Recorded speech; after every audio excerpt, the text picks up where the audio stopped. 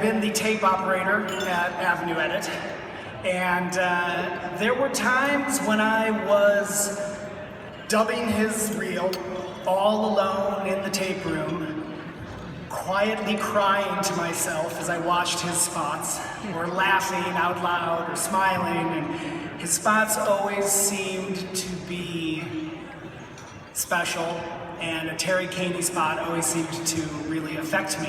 So when he asked me to assist on a project, I gladly accepted. I diligently loaded up the 3/4 inch dailies, and he told me he was going to start working in the morning, so I thought, I'm going to edit this commercial myself. And I stayed that night, and I started looking at the footage, and I quickly realized that this commercial that he got in actually wasn't a special Terry Kaney commercial, it was just a regular commercial.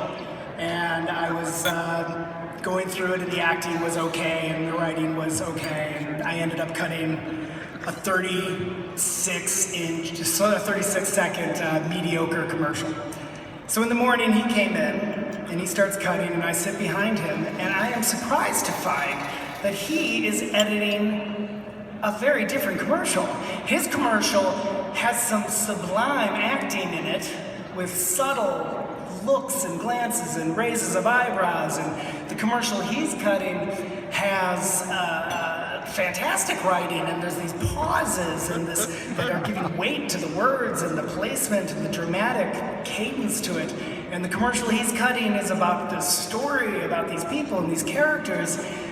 And I realized that it's a very different commercial than the one I was cutting, that he was cutting a Terry Kaney commercial. And I realized that the craft of editing that he was bringing to the table was not about just putting it together, that he was creating something, and that lesson really changed my entire career path. And I always saw him giving everything to all of his craft, to every project he worked on. It was always a special commercial. It didn't matter what it was. He was always giving 100% and always using all of his creativity, even at times when I thought the client was a total asshole.